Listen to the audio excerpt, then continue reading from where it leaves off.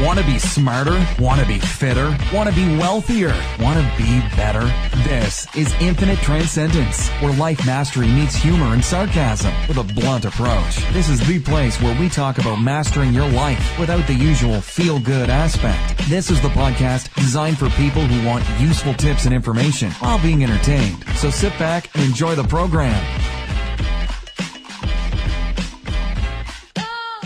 Hello again and welcome to Infinite Transcendence. Today I want to talk about the 4 elements of a good sleep. Now before I talked about how to get to sleep and get to sleep and stay asleep, I want to talk about the 4 elements of a good sleep, more specifically the inner workings of how to get the most out of your sleep while you're there, already in bed. This is like the post-sleep part, not getting there, but what you do once you're there.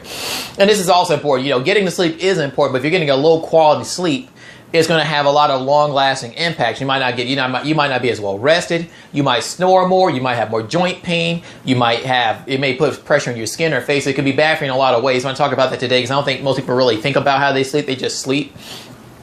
And whatever they do is whatever they do. So I want to talk about how to sleep and how to sleep correctly. So there's 4 main things I want to talk about. 3 of them are going to be positions you're sleeping in. So there's 3 positions you generally sleep in, or give or take. You have your back, your sides, and your face. You can also do fetal position. That's more like your side. And there's advantages and disadvantages to all of your sleeping patterns. But one is generally better. It goes from best to worst. There's some advantages at the bottom, but you want to do the ones the best.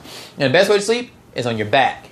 This is probably one of the least ways people sleep because it takes practice and it's more difficult to sleep completely still on your back. But there's plenty of benefits. One is good for your spine and your joints. You're not going to aggravate your joints and your spine. If you have sore knees, especially as you get older, you have sore knees, sore back, sore joints, things like that. It's easier for you to sleep on your back and not aggravate yourself. It is good for your joints and your bones, period. And if you build the habit of doing it over years, you can have less and fewer problems. So it's good for your joints and your bones in general. And 2 is good for your skin because you're not putting your face directly on the pillow, which can lead to wrinkles and things like that. So if you're also your skin could be breaking out. So you have skin breakout. It's possible you could sleep on a dirty, nasty pillow. The dirt in the pillow could get in your skin. You get flakes and things like that. It could definitely contribute to it. And it can contribute to, dirty skin, wrinkles. You're putting a lot of pressure on your face. You're sleeping 8 hours a day on your face, on the right side of your face or the left side of your face for 20, 30 years.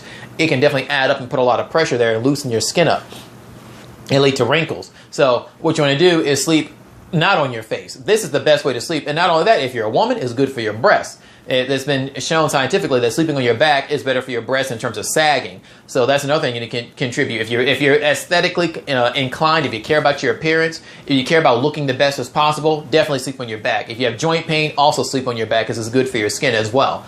The only downside is if you snore or have sleep apnea, it can make that worse. So if you're a snorer, sleeping on your back may cause you problems. Maybe you have to find some way to sleep without snoring or find some way to practice that. Or also, sleeping on your back it takes practice to sleep on your back. Most people don't just naturally want to sleep on their back and stay there. It takes practice and discipline. Like me, I did it pretty quickly. I'm a good adapter. I did it before, back when I was talking about the joint pain I had some years back before I changed my diet.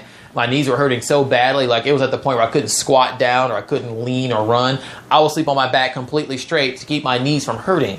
And I got into it quickly, and I'm starting to do it again, and I like doing it because I'm sleeping that way now to keep my face more off the pillow and to just have a nice straight sleep. And I enjoy it now that I've started doing it. So if I can do it, you can definitely do it. Just get into the habit of trying to sleep the way you lay down, read a book, and just sleep on your back and just get used to it. And you're going to get used to it over time. It may take you a couple of nights, it may take you a couple of weeks, but you're going to get used to it. And it's definitely the best way to sleep. And your second way to sleep is on your side. Now, there are 2 sides, your left and your right. The left side is better because it's better for your heart, and also here is better for your liver. The problem with sleeping on your side, though, is that it's bad for your skin. You're putting your face into that pillow. But it's easier for your neck. It's easy for your neck. Like sleeping on your back, you want to make sure your neck is laid a certain way so it doesn't put any stress on it. But here, it's better. It's easier for your neck if you're doing it right. But the problem with sleeping on your neck is you can also get a crick in your neck. So that's something you got to watch out too. Once you get your neck elevated on your back, you're probably never going to get a crick in your neck. It'd be very unlikely. But you sleep on your side of your neck, you can definitely get a crick if you're sleeping on the wrong way. So to make sure your head's elevated properly, no matter how you sleep. But sleeping on your side, if you're pregnant, sleeping on your side can be good as well, and there's some benefits to doing that. So sleeping on your side, sleeping on your left side is the preferable. So go from your back is the best, your left side is the second best. And then it's your right side as well, which it doesn't have as many benefits for your heart and things like that, but you can still sleep on your side. I think it's how most people sleep. It's like, I forget the exact amount, 70%, something close to that, sleep on their side, or in the fetal position. It's easy. That's how I generally used to sleep. I was on my left side. So I went from my left side to my back, but that's the general way people sleep is on their side. So that's when most people sleep. That's not a horrible way to sleep, but the back is the best. I recommend you try sleeping on your back. And if you can't sleep on your back, at first try your left side, because your left side is definitely better than your right side. And then your stomach. Sleeping flat on your stomach. Only a small percent of people sleep this, it's like 7%, 7 to 10%, somewhere in that amount. Now this way is the worst way to sleep because it's good for snoring. That's the only benefit. But it's bad for your skin. You're putting your face in a pillow. You can also easily put a crick in your neck, laying down your face like this the whole time. It's just bad for you. It's bad for your knees. It's bad for your joints. If you have sore knees or sore joints, it's horrible for your joints. Just horrible and painful because it's hard to get your body a nice contoured position laying on your stomach. It's just horrible for your spine and joints. I recommend you stay away from sleeping on your stomach. If you sleep on your stomach, you're not getting good sleep, try sleeping on your back. Back first and foremost, then your left side, and then your right side, and then don't sleep on your stomach. Just don't do that. It's bad for you. Stop doing it. Even if you're getting a good night's sleep, sleep on your back is still better for you in the long run. And then another one to talk about is also the pillows you're getting. Actually, the pillow and the mattress. I talked about the mattress and the pillow last week, but I don't talk about it in particular. Like there's called a buckwheat pillow that helps you with your, it's good, it's breathable, the fabric is good for your skin, and it's also good to contour. It contours with your spine a lot better, so it makes sure you're getting that nice quality, comfortable sleep with a buckwheat pillow. So I have an article, I'm going to write the article about them, have the article up, and you're going to see the buckwheat pillow I'm talking about. I'll put a picture of it with it where you can click and get it if you want, so you can see what I'm talking about in particular, but definitely get a buckwheat pillow also helps, or get a good memory pillow at least. If not, get a buckwheat pillow. Well, those are the 4 basic elements of getting that good sleep. You want to make sure you're sleeping on the back. The rest of you, the back is the best. It's best for your skin. It's the best for your joints, and it's the best for you in your breasts if you're a woman for the sagging. So it's good for your joints. It's good for your knees. It's good for your back. It's good if you're old. It keeps the wrinkles off your face. That's the best way to sleep. You're going to look your best. You're going to feel your best. It's going to be good for your posture and things like that. So that's the best. Left is the second best. You get some benefits to like your heart and certain organs, but you're putting your face into that pillow. Right side, you don't get the benefits to some of the organs, but you're still putting your face on the pillow. It's how most people sleep, is on their side.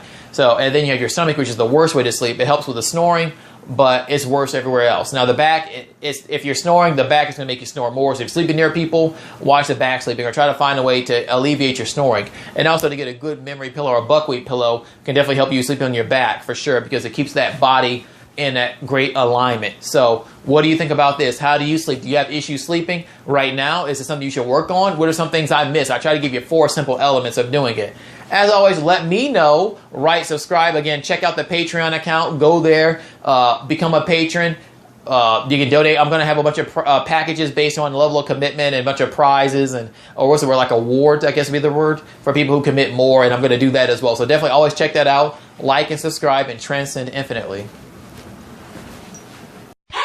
Want more? Be sure to like, subscribe, and comment the video and subscribe to the podcast. Want even more? Check out the written article version and subscribe to the Infinite Transcendence website at infinitetranscendence.com for new and interesting quality content. Join now and receive a special gift. Also like our Facebook at Infinite Transcendence and follow us on Twitter at transcend_world. Keep watching and listening. See you next time and transcend infinitely.